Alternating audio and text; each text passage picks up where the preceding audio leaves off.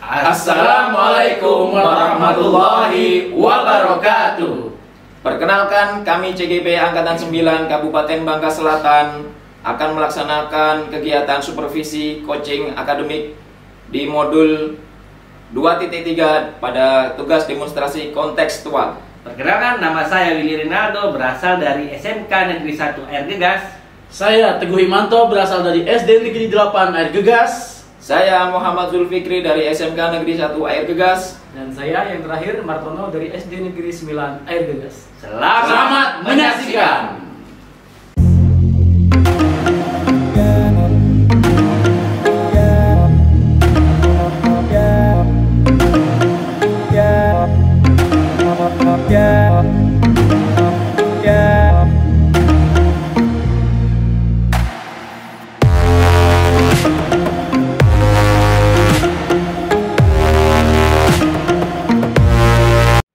Selamat siang, Pak. Selamat siang, Pak. Bagaimana kabarnya, Pak? Alhamdulillah baik. Alhamdulillah. Saya dapat kabar Bapak hari ini akan melaksanakan proses coaching, Pak, ya, terhadap coach. Benar sekali, Pak. Iya. Saya akan melaksanakan proses coaching dan nanti sama Pak Martono. Oh, iya. Sebelum itu saya mau tanya dulu, Pak. Perasaan Bapak untuk melaksanakan ini apa, Pak? Awal-awal yang dirasakan ini, Pak, perasaannya. Perasaan saya baik, Pak. Senang dan memiliki waktu luang dan saya siap melaksanakan coaching. Bagus, Pak. Itu untuk gunanya untuk perjalanan nanti coachingnya juga, ya. Namun sebelum itu ada beberapa yang mau saya tanyakan, Pak, ya, sehubungan dengan rubrik penilaian tentang pelaksanaan coaching tadi. Di antaranya yaitu apakah proses coaching yang akan Bapak lakukan ini sudah berjalan sesuai dengan alur kita belum? Selanjutnya, Bapak apakah sudah menyiapkan pertanyaan-pertanyaan berbobot sehingga nanti coachnya bisa menemukan solusi dari permasalahannya itu, Pak. Nah, selanjutnya itu Bapak juga harus ingat prinsip dalam melaksanakan coaching itu, yaitu kemitraan, Pak. Ada kedekatan, ya, secara emosional dan juga proses kreatif yang bisa memunculkan dan memaksimalkan potensi yang ada pada coach nanti. Siap, Pak. Iya. Nah, untuk lanjutnya lebih jelasnya lagi, Bapak, saya akan tanyakan, Pak, ya, pertanyaannya ini. Yang pertama adalah kompetensi coaching yang akan dikembangkan oleh coach itu apa, Pak? Kompetensi coachingnya. Kompetensi yang akan saya kembangkan di sini yang pertama presence atau kehadiran. Yang kedua saya akan menyimak, tentunya menyimak apa yang disampaikan oleh coach.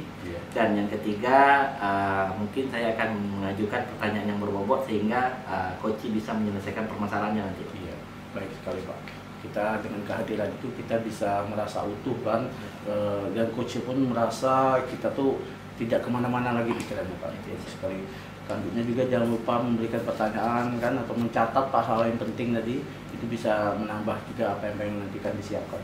Nah, dari semua kompetensi itu, Pak, yang spesifik yang akan Bapak observasi itu yang bagian mana, Pak?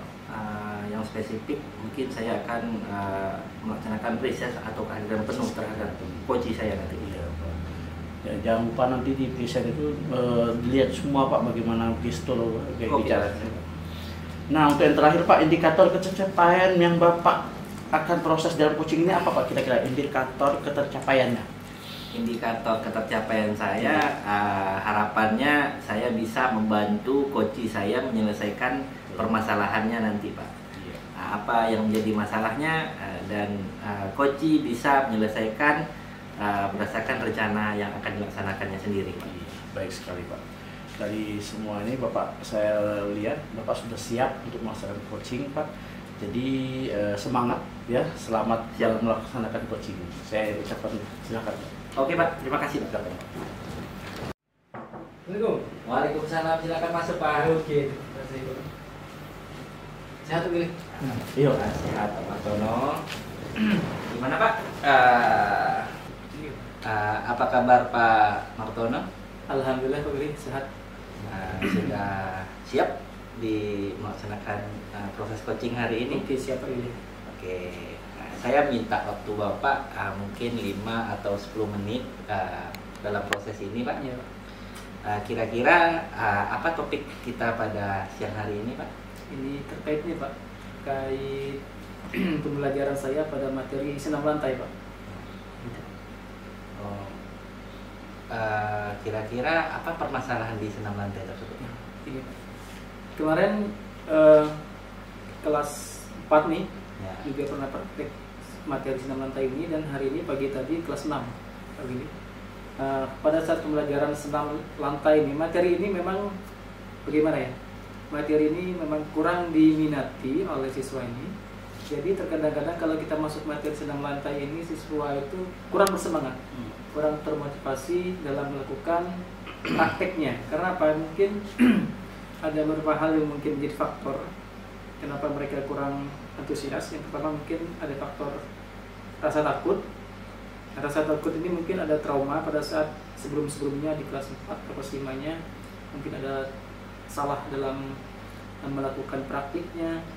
Pada saat aktivitas gerak ada yang hal-hal yang mungkin tidak menyenangkan bagi mereka Pak ini. Oke, jadi intinya senam lantai ini kurang diminati oleh betul, siswa Bapak, dan kurang motivasi juga ya Pak ya. Kurang kalau untuk materi senam lantai ini Ya. itu kan kebanyakan sih dulu kalau olahraga bola Pak, bola lagi Pak. Benar.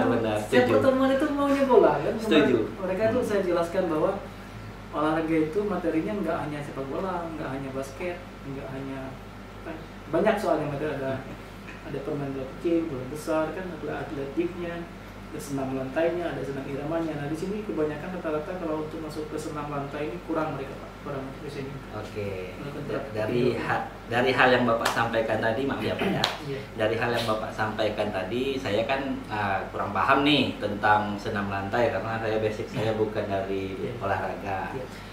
Kira-kira menurut Bapak nih, apa sih yang menjadi permasalahan pokok sehingga anak-anak Bapak ini kurang motivasinya terhadap senam lantai itu? Iya. Kalau saya lihat sih karena ini termasuk apa ya, cukup berbahaya senam lantai ini. Pertama mungkin takut Pak, takut dari siswanya. Yang kedua mungkin saya kurang desain pembelajarannya kurang menyenangkan untuk siswanya. Mungkin ke depan nanti ada pada saat membuat modul ajar saya bisa rubah tahapan pada saat praktiknya Pak Win. Tahapan Iya, praktik di RPP-nya Pak Win. Mungkin bisa saya rubah nanti. Ya bagus Pak. Harusnya Bapak juga harus merubah RPP-nya kan sekarang tuh banyak tuh Iya. jenis-jenis RPP dengan metode-metodenya. Iya. Sekarang udah ada metode berdiferensiasi, KSE dan segala macam. Bapak juga bisa memasukkan itu tersebut pada RPP Bapak. Kira-kira setelah proses coaching ini selesai, indikator keberhasilan Bapak gimana sih? Gitu. Iya, indikatornya gini ya. Sebelum ke indikator, saya kira setelah Bapak ingin sampaikan tadi terkait diferensiasi, mungkin di model ajarnya saya di kontennya mungkin sedikit saya rubah Pak gitu. Di kontennya nanti akan saya tampilkan sebuah video pembelajaran, praktik video. Kan siswa ini kadang-kadang hanya membaca buku, hanya gambar, kurang Pak gitu. Jadi mungkin dengan lihat video praktek tahapan yang benar bagaimana, mungkin saya akan tampilkan video pada saat pembelajaran nanti, itu yang pertama. Selanjutnya mungkin pada saat praktik nanti saya desain pembelajarannya menjadi sebuah permainan. Jadi gerakan yang mereka lakukan dalam sebuah permainan tersebut tanpa mereka sadari, mereka itu melakukan aktivitas gerak pola senam lantai tadi. Ya. Nah, mungkin skalanya terkait skala untuk awal, mungkin skala yang akan saya pertaskan itu minimal rata-rata itu siswa itu mulai mampu, mulai mau, mulai berani untuk melakukan gerak senam lantai.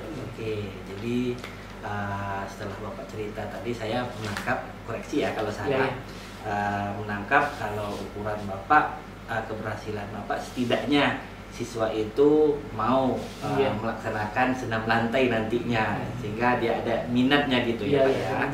Oke lah, dari rencana yang telah Bapak jabarkan tadi, kira-kira siapa ya yang terlibat dalam Bapak ingin merubahnya, sehingga bisa anak-anak tersebut bisa sangat termotivasi dengan pembelajaran senam lantai. Iya. Mungkin yang pertama mungkin terkait juga dengan sarpras kita Pak Willy. Sarpras kita ini untuk senam lantai memang kurang memadai, jadi mungkin satu faktor sesuai takut karena sarprasnya tidak sesuai standar. Jadi terus infokus di rumah sekolah kita pun masih belum banyak dengan satu. Jadi mungkin saya akan berkoordinasi dengan guru yang lain, dengan kepala sekolah, koordinasi dengan bagian sarpras agar bisa